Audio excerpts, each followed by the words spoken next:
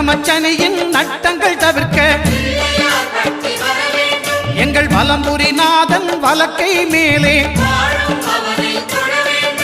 வாழ்ந்திட வைப்பதும் தாழ்ந்திட வைப்பதும் சனி பகவானின் செயல் அல்லவா. அந்த கணபதி கரத்தை கண்டவர் தமக்கு சனியின் பார்வை நலம் அல்லவா.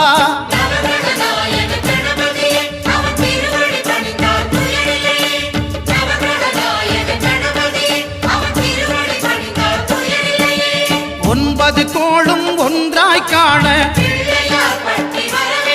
அங்கு கற்பகம் என்னும் கடவுளின் மெய்யில்